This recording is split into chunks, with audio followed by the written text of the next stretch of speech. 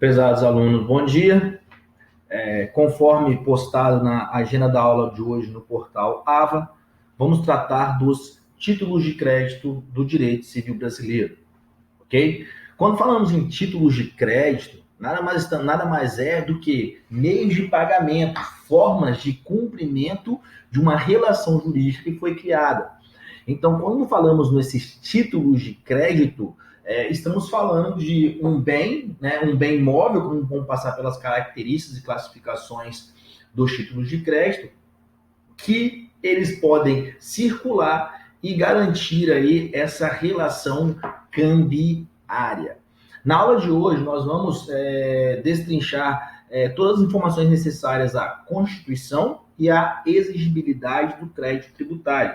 Crédito cambiário, desculpa. Então, constituição e exigibilidade do crédito cambiário. E nós vamos separar essa aula em 6 tópicos. Primeiro, vamos tratar do conceito dos títulos de crédito. Depois, vamos tratar das características desses títulos de crédito, que todos eles ostentam, os princípios inerentes aos títulos de crédito. Falaremos também dessa classificação dos títulos de crédito, diferenciando de acordo com a doutrina, ok? As fases desse título de crédito, que basicamente nós temos 4 fases para se fazer cumprir esse título de crédito, até realmente o seu cumprimento, seu adimplemento, e os atos cambiários, né? Que são aqueles atos comerciais, mercantis, que podem, né, que vão se valer dentro desses títulos de créditos mais conhecidos, o protesto, o aval e o endosso. E aí, pessoal, tratando nessas 3 etapas da nossa aula, nós vamos ter todas as informações que o legislador e a doutrina trata com relação à Constituição e à exigibilidade desse crédito cambiário, desses títulos de crédito. Então, a aula de hoje nós vamos tratar dessa Constituição e exigibilidade, e na nossa próxima aula, no nosso próximo encontro, nós vamos trabalhar especificamente dos títulos de crédito. E aí nós estamos falando dos títulos de crédito próprios, dos impróprios. Os próprios são aqueles, né, com previsão na sua legislação especial, basicamente o cheque, a nota promissória, a letra de câmbio e a duplicata. E os títulos de crédito impróprios são aqueles que não estão previstos nessa legislação especial, basicamente a Lei de Genebra, que chama-se da Lei Uniforme, ok? Que o Brasil é um signatário dessa Convenção de Genebra, e são aqueles títulos de crédito que não seguem essa formalidade. Então, se aplica subsidiariamente o Código Civil a esses títulos de créditos impróprios. Então, com relação ao conceito dos títulos de crédito, o artigo 887 do Código Civil, então anotem aí, artigo 887 ao 903 do Código Civil. Rapaz, Gel, você não falou que esses títulos de crédito eu vou ter uma legislação específica e que o Código Civil não se aplica aos títulos de crédito? Vamos lá. O Código Civil ele vai ser aplicado subsidiariamente naquilo que for de acordo com essa legislação especial dos títulos de crédito, ok? Então, o Código Civil é uma legislação subsidiária, mas, ao mesmo tempo, ela é uma normativa geral que traz todo o contorno e todas as informações de previsibilidade desses títulos de crédito, ok? E, no caso dos títulos de crédito impróprio, é ali que eu vou encontrar as informações para a sua constituição formal de acordo com a lei.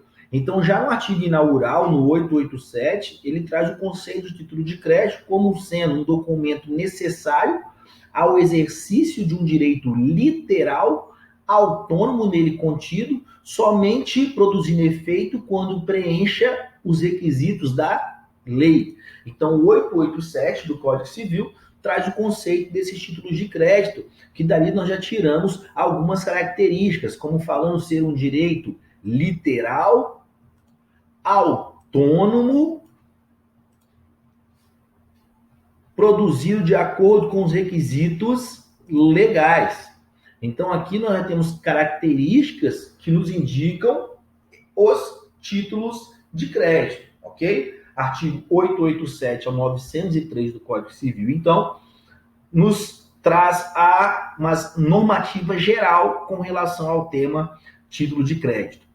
E aí, pessoal, esse título de crédito, ou esses títulos de crédito que estamos falando aqui, que vamos falar nessa aula, letra de câmbio, nota promissória, cheque, duplicata, eles vão se distinguir dos demais documentos representativos de direitos e obrigações em 3 aspectos.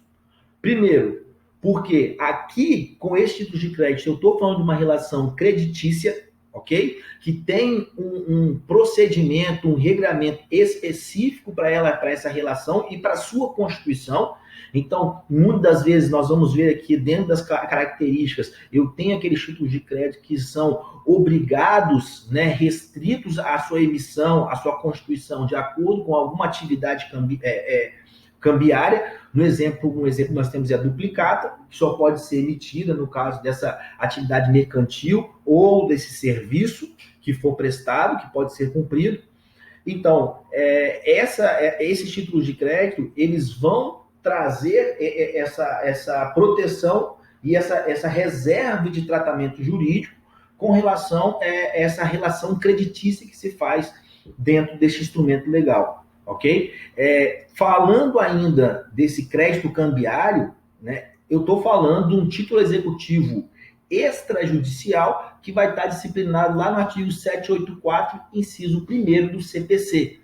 Então, quando nós estamos falando desses títulos de crédito, o seu inadimplemento, ou seja, o seu pagamento após o seu vencimento, né, faz nascer esse direito creditício, né, aquele que é o seu tomador, né, aquele beneficiário desse título de crédito que foi emitido.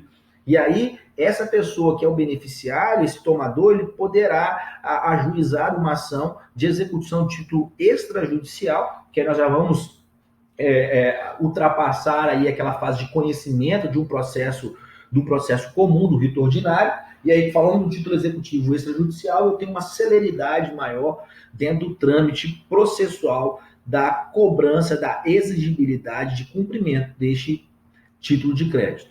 E a terceira característica que listamos é a característica desse atributo de negociabilidade.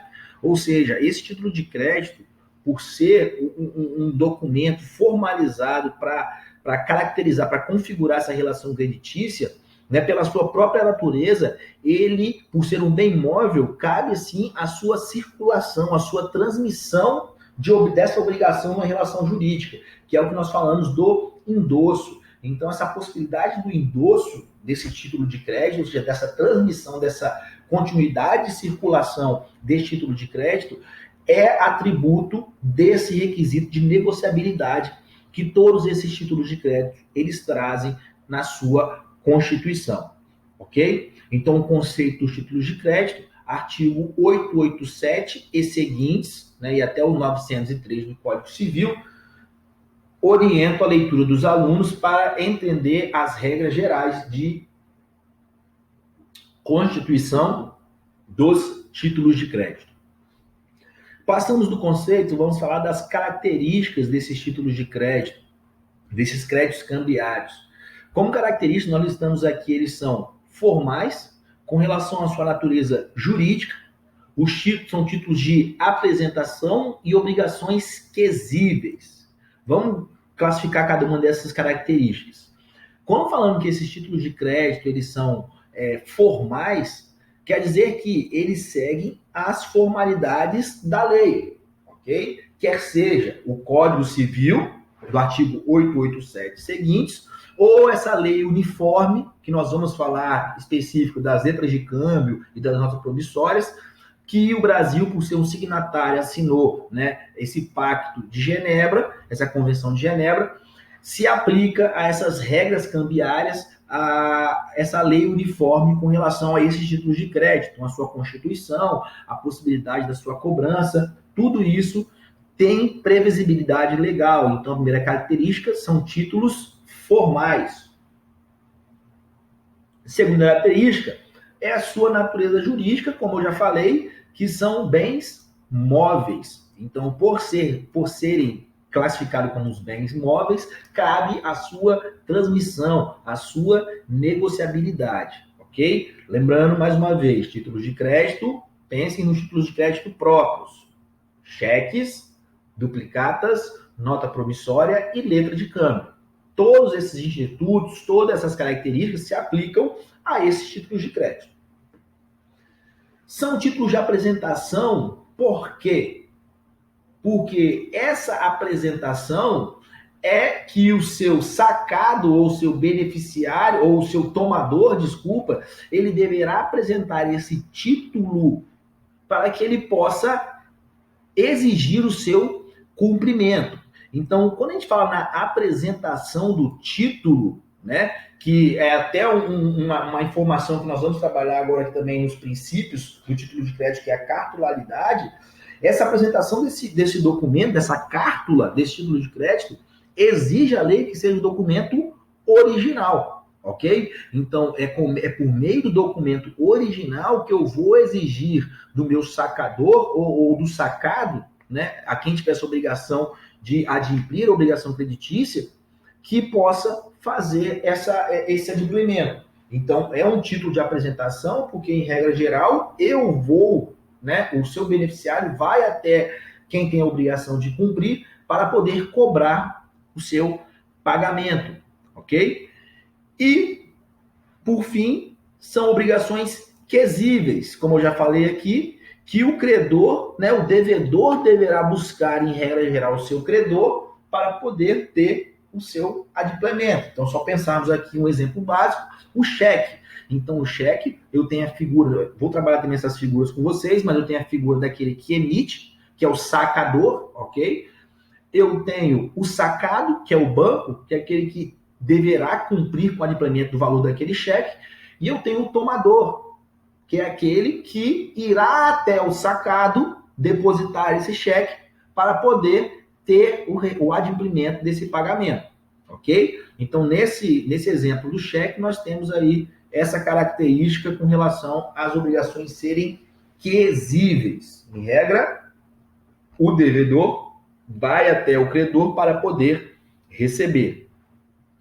E com relação aos princípios dos títulos de crédito, nós temos 3 princípios que norteiam a criação,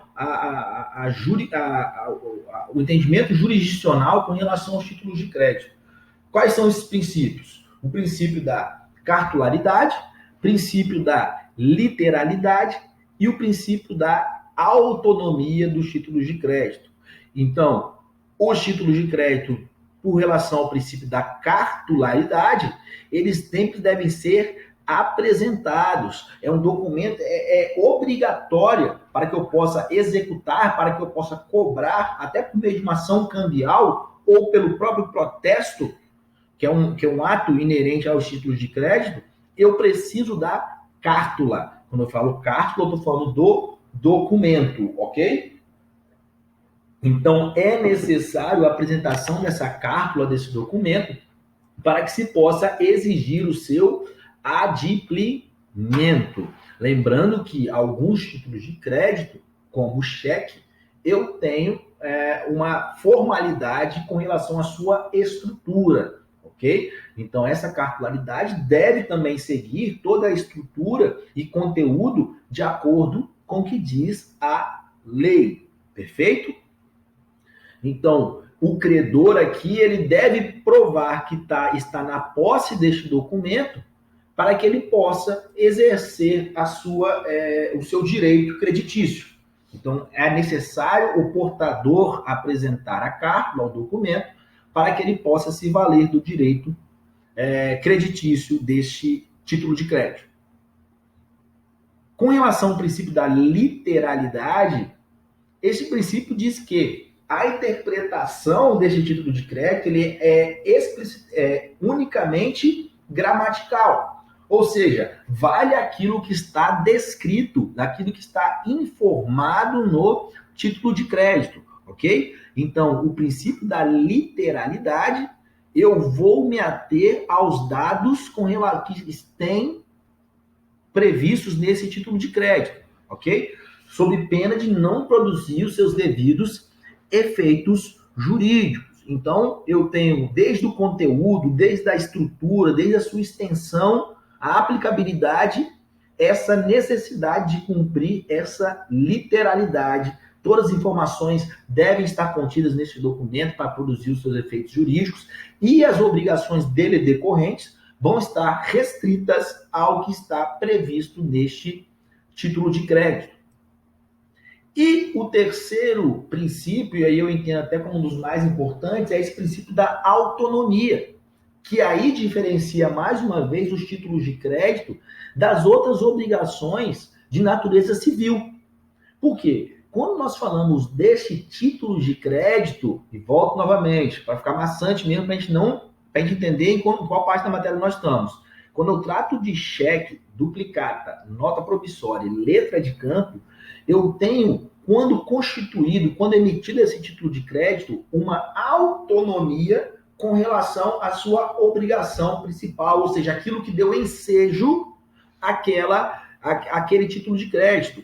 Então, ou seja, independente, vamos voltar aqui no exemplo do cheque, independente de qual foi o motivo desse sacador emitir esse cheque em favor do seu tomador, independente de qual foi a razão, caso esse tomador, por previsão deste documento, endosse ele para um terceiro, para que possa ele utilizar deste crédito para cumprir uma outra obrigação, essa obrigação que deu origem, a pessoa que emitiu nesse seu sacador, ele não poderá alegar qualquer impedimento do seu cumprimento com relação a esse endossatário de boa-fé. Por quê? Porque essa obrigação que decorre da emissão desse título de crédito, ela é autônoma à obrigação que deu a sua origem. Então, até eventuais vícios de formalidade da obrigação principal não afetam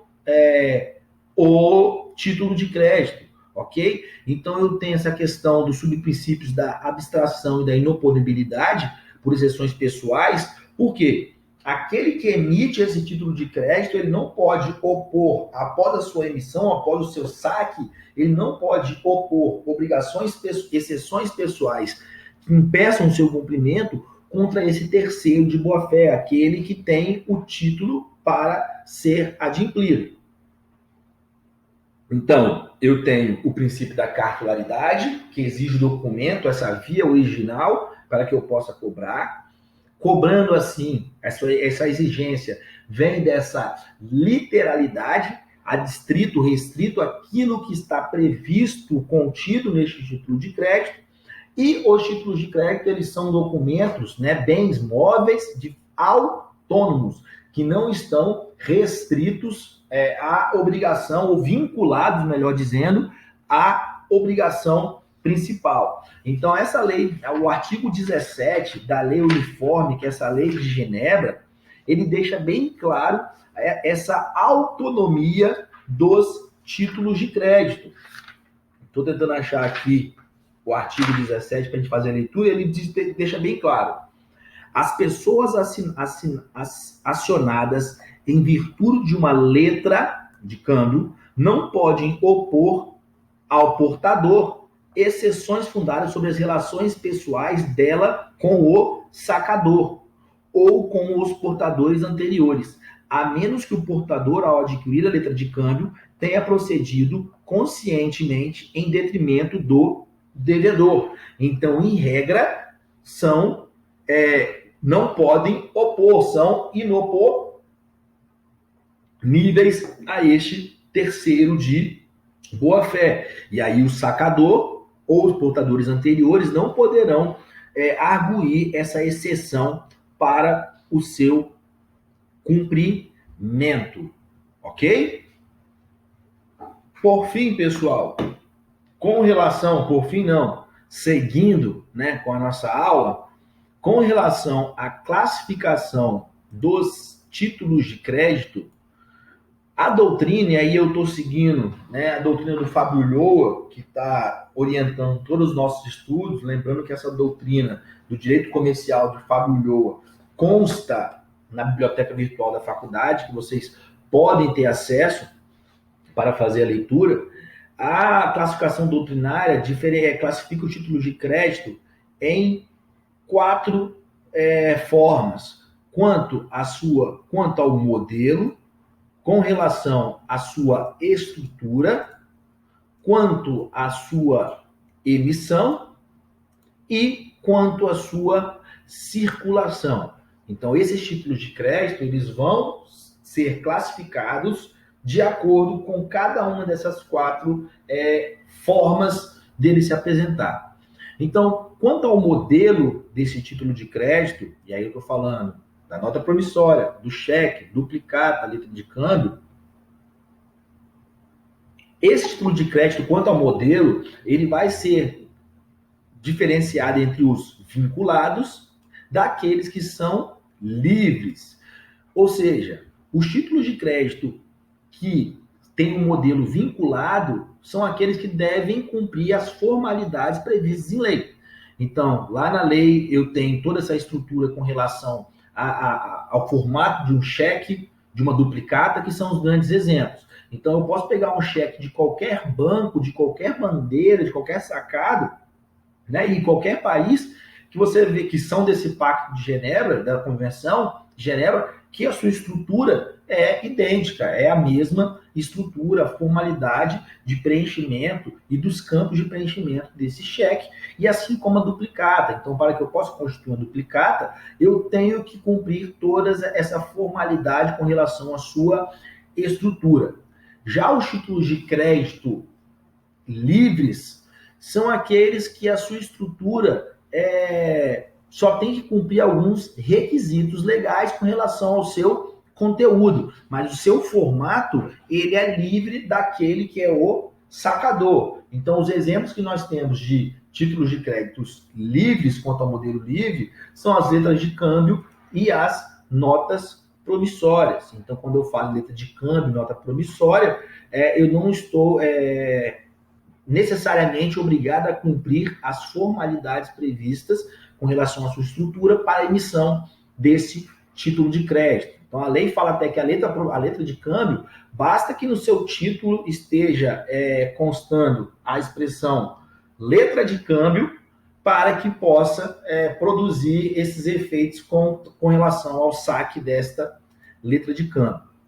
Com relação à estrutura, nós temos os títulos de crédito emitidos como ordem de pagamento e aqueles que são promessas de pagamento. Então, aqueles que eu estou falando nessa ordem de pagamento, o meu sacador, ele determina quem é que deve pagar. No caso, quem vai ser o sacado, ok? E aí, o exemplo que nós temos aqui são os cheques, a letra de câmbio e a duplicata, que são títulos de crédito à ordem.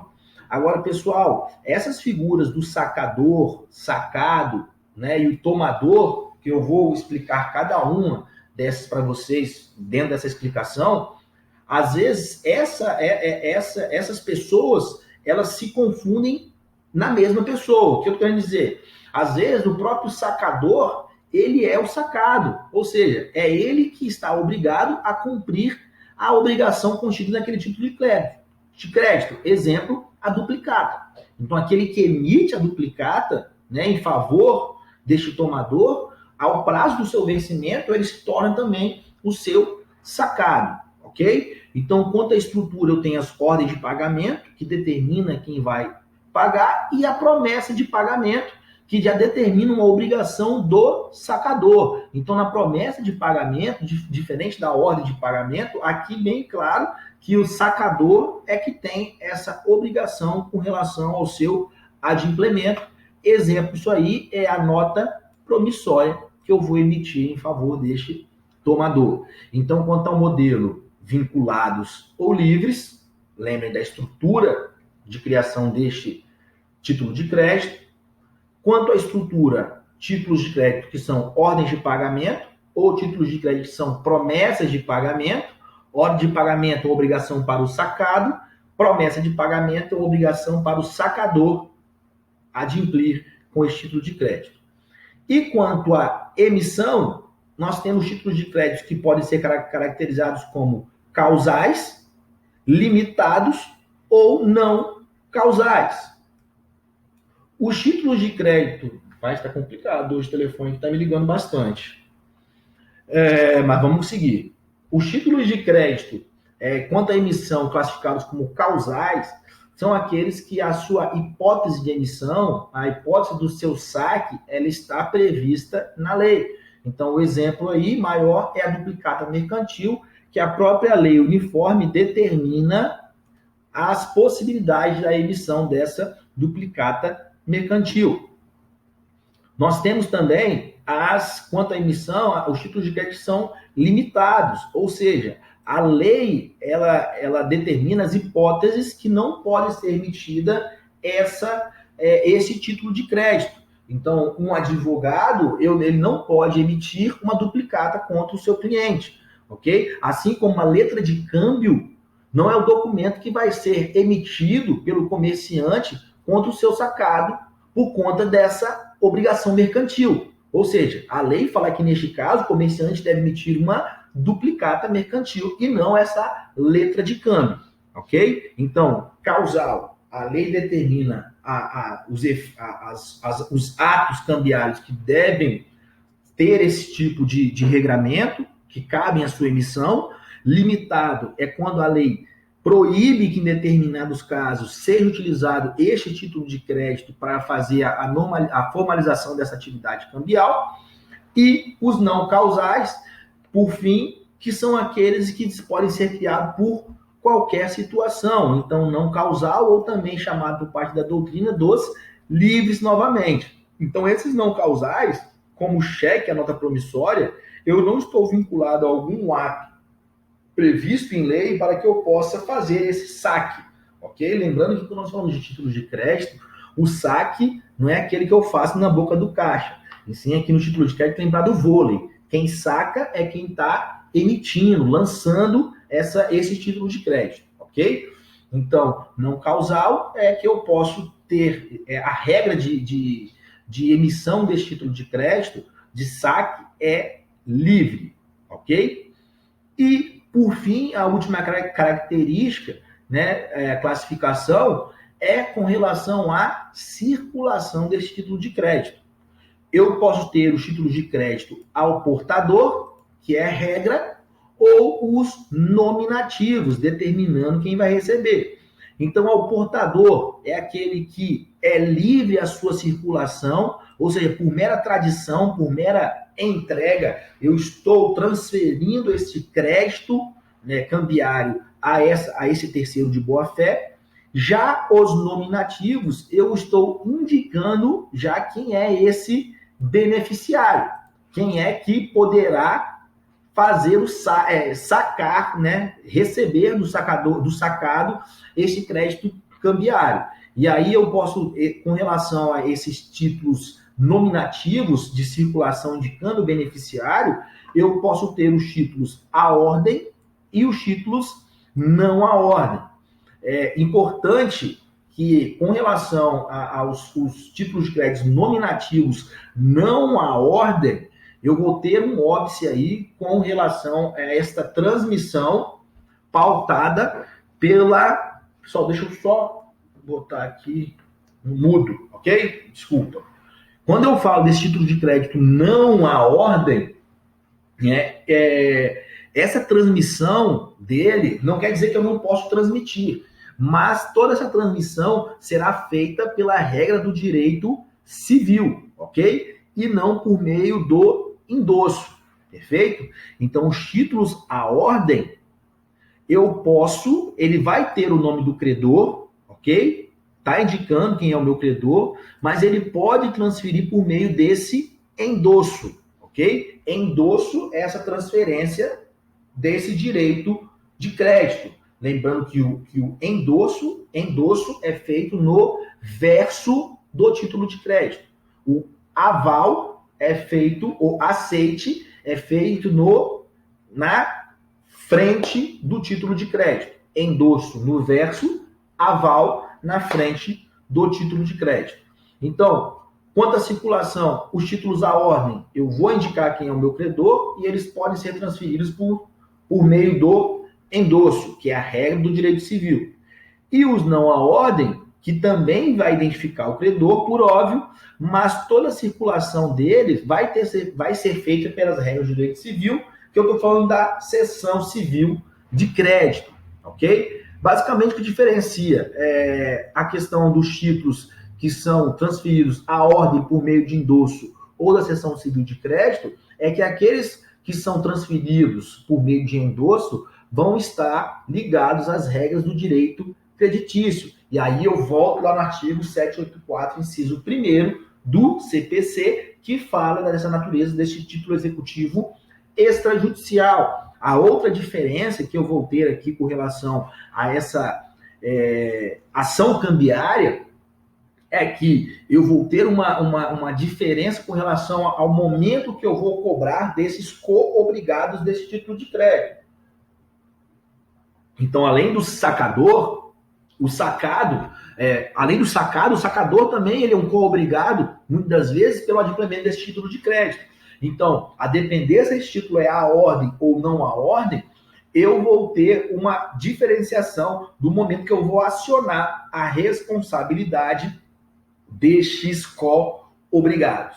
Então, aqui nós temos as 4 classificações com relação a esse título de crédito e que diferenciam, assim, cada um deles. Lembrando que, quando nós formos falar especificamente do cheque, da letra de câmbio, da nota promissória e da duplicata, nós vamos voltar aqui dentro dessas classificações, porque aí quando for falar da letra de câmbio, nós vamos explicar como que constitui a letra de câmbio. Aí vocês vão ver que eu não tenho uma regra da sua estrutura que eu vou ter essa característica nos cheques e nas duplicatas, ok? Então, a aula de hoje, nós estamos caminhando dentro das informações com relação à Constituição e à exigibilidade desse crédito cambiário, ok?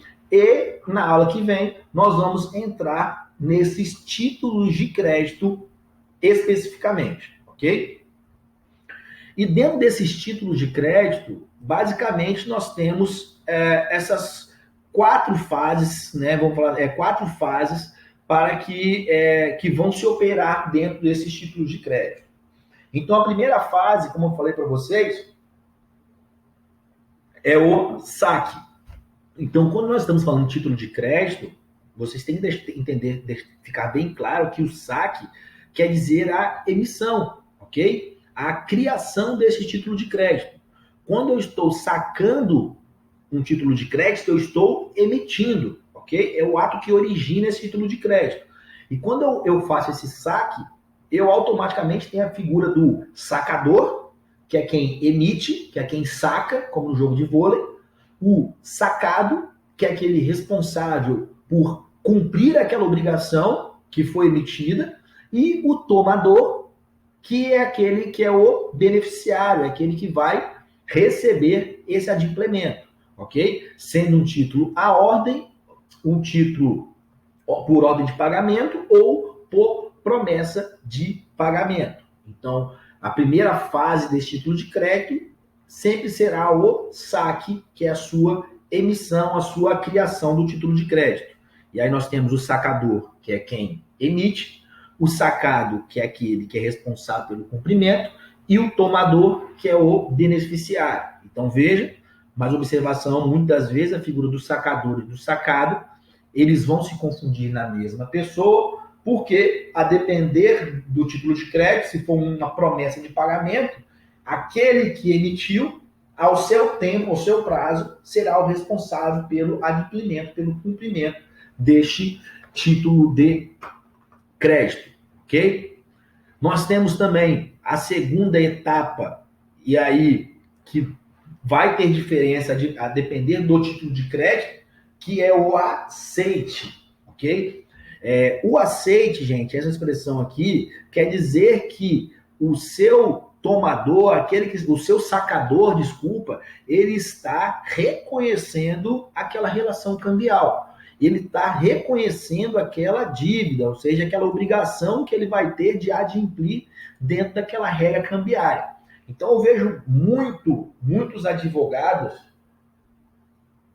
errarem em suas petições e colocarem lá no bojo de uma petição, porque a parte ela fez o aceite das informações. Veja, o aceite, ele não quer dizer que eu concordo, ele está dizendo que eu reconheço um débito, ok?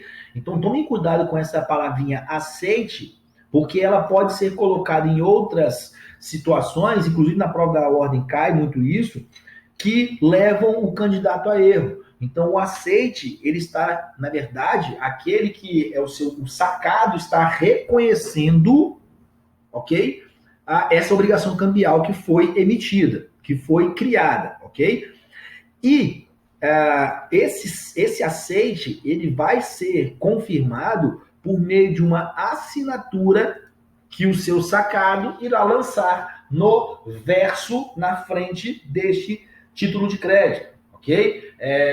Pela lei uniforme, ela fala ainda que é no lado esquerdo, na vertical do título de crédito, mas isso aí não é muito a regra. A regra que se estabelece é na frente do verso. Pajé, eu posso assinar como reconhecendo esse título de crédito no verso?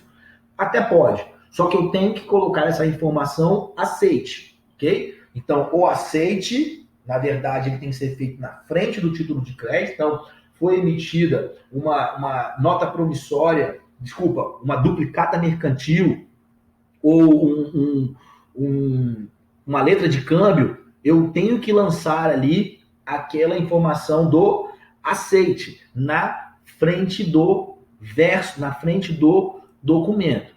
E, em regra geral, esse aceite aí, ele não é obrigatório, ok? Então, aquele que é o sacado, aquele que está recebendo essa obrigação, em regra geral, ok? Porque nós vamos ter, por exemplo, na duplicata, que não se aplica isso, eu tenho essa possibilidade de me opor ao cumprimento deste título de crédito, de reconhecer ele, seja de forma total, seja de forma parcial. Então, ou seja, eu estou falando que uma pessoa emitiu um título de crédito, emitiu um cheque para o meu tomador, e quando ele foi receber do meu sacador, foi lá no banco, o banco falou que não há provisão de fundos desse cheque. O que acontece nesse caso, tanto da recusa total ou parcial, nasce aí a obrigação, o direito de executar esse título de crédito pelo meu tomador. Então, eu tenho vencimento antecipado dos coobrigados, ok? Pelo cumprimento deste título de crédito. Veja, os coobrigados, no caso, o sacador, só vai responder pelo adimplemento deste título de crédito após o seu vencimento, ok? Só após o vencimento é o que, gente? É a data que eu tenho para pagar? Não. É a data que, a partir daquele momento, aquele crédito se torna exigível. A partir daquela data, eu posso cobrar aquele crédito, ok? Então, vencimento, quando eu falo título de crédito, é o marco que irá determinar o momento em que eu posso, após o saque, que eu posso cobrar o adimplemento ou o pagamento. Perfeito? E caso eu tenha recusa parcial ou total do aceite desse título de crédito, nasce aí o direito do vencimento antecipado do título de crédito podendo ser cobrado. Lembrando que os coobrigados só ficarão obrigados ao seu pagamento após o seu vencimento, que é quando esse título de crédito se torna exigível, tá? E nós temos aqui, com relação ao aceite, da cláusula não aceitável. O que é essa cláusula não aceitável? É aquela cláusula que veda, que proíbe que seja negado o seu aceite, o seu reconhecimento. Então, um grande exemplo desse são a duplicata e a letra de câmbio. Que a duplicata e a letra de câmbio, elas podem se valer dessa cláusula não aceitável, ok? Para que, vedando assim esse vencimento antecipado. Então, é uma precaução que se faz para poder se cumprir esses títulos de crédito. cláusula não aceitável, então eu estou impedindo a antecipação da constituição deste crédito, do vencimento deste crédito, ok? E a duplicata e a letra de câmbio, eu posso me fazer valer do lançamento dessa cláusula não aceitável. O pagamento é o adimplemento, o cumprimento dessa relação cambiária, e caso não seja satisfeita essa obrigação, nós temos as ações cambiárias ou ação cambial, que, já falamos, está previsto no artigo 784, inciso 1º do CPC, pela natureza de ser um título executivo extrajudicial. Esses títulos de crédito poderão ser executados judicialmente. Então, tem força de título executivo extrajudicial. E agora sim, chegando ao final desse primeiro momento da nossa aula, vamos falar dos atos cambiários, ou seja, todos aqueles atos que são inerentes a essa circulação desses títulos de crédito. Então, quantos atos cambiários nós temos? O protesto, o aval e o endosso. Então, o protesto, gente, que nós já conhecemos aí, que é aquele protesto de título em cartório, na verdade, ele nada mais é do que um cumprimento de uma solenidade, ok? Para comprovar que houve o descumprimento dessa relação cambiária. Então, para que o tomador, o beneficiário, possa demonstrar de forma solene que esse título de crédito não foi, essa relação cambiária não foi adimplida, cabe a ele o direito de protestar. Então, o protesto, ele não é uma cobrança. Na verdade, é só a formalização desse inadimplemento. Então, ele dá essa formalidade, ele dá essa proteção jurídica a esse título de crédito e garante, assim, também a execução, a sua cobrança desses co-obrigados. No caso aí, o sacador, ou avalista, ou qualquer outro que tenha essa obrigação de adimplir esse título de crédito. Perfeito? Então, o protesto é esse ato formal e solene de reconhecimento, de prova do descumprimento dessa relação cambiária, ok? Desse título de crédito. E todo aquele que tem esse direito de adimplemento desse crédito, né, esse tomador, ele pode se valer desse ato formal que não considera aí por si uma cobrança.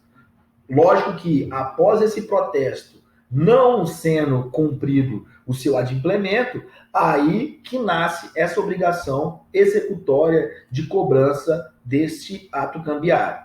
Então, nós temos as possibilidades de protesto por falta de pagamento de título de crédito. Então, o seu tomador, né, aquele beneficiário, poderá protestar um título por falta de pagamento na data versada, por falta de aceite, né? E aí eu estou falando daqueles títulos de crédito que não cabem realmente essa falta desse aceite, ou por falta de devolução do título de crédito. Então, os títulos de crédito, eles podem também ser protestados por falta de devolução. Lembre-se, princípio dos títulos de crédito da cartularidade. Então, eu preciso desse documento original em mãos para que eu possa exigir realmente esse cumprimento.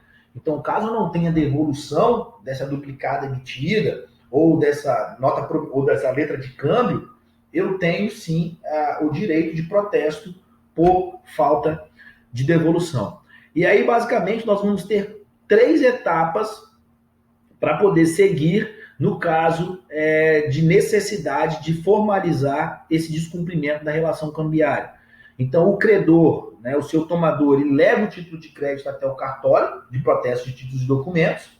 Então, vou nesses cartórios de protesto de títulos e documentos e levo esse título até o cartório para que o oficial de cartório faça uma notificação para que o meu devedor, o sacado, ele tenha um prazo de 3 dias úteis para comprovar ou para realizar o cumprimento dessa obrigação. Ou seja, ou que ele faça o pagamento ou que ele formalize o seu aceite, reconhecendo, ok? E caso esse devedor fique inerte, ele não se manifeste neste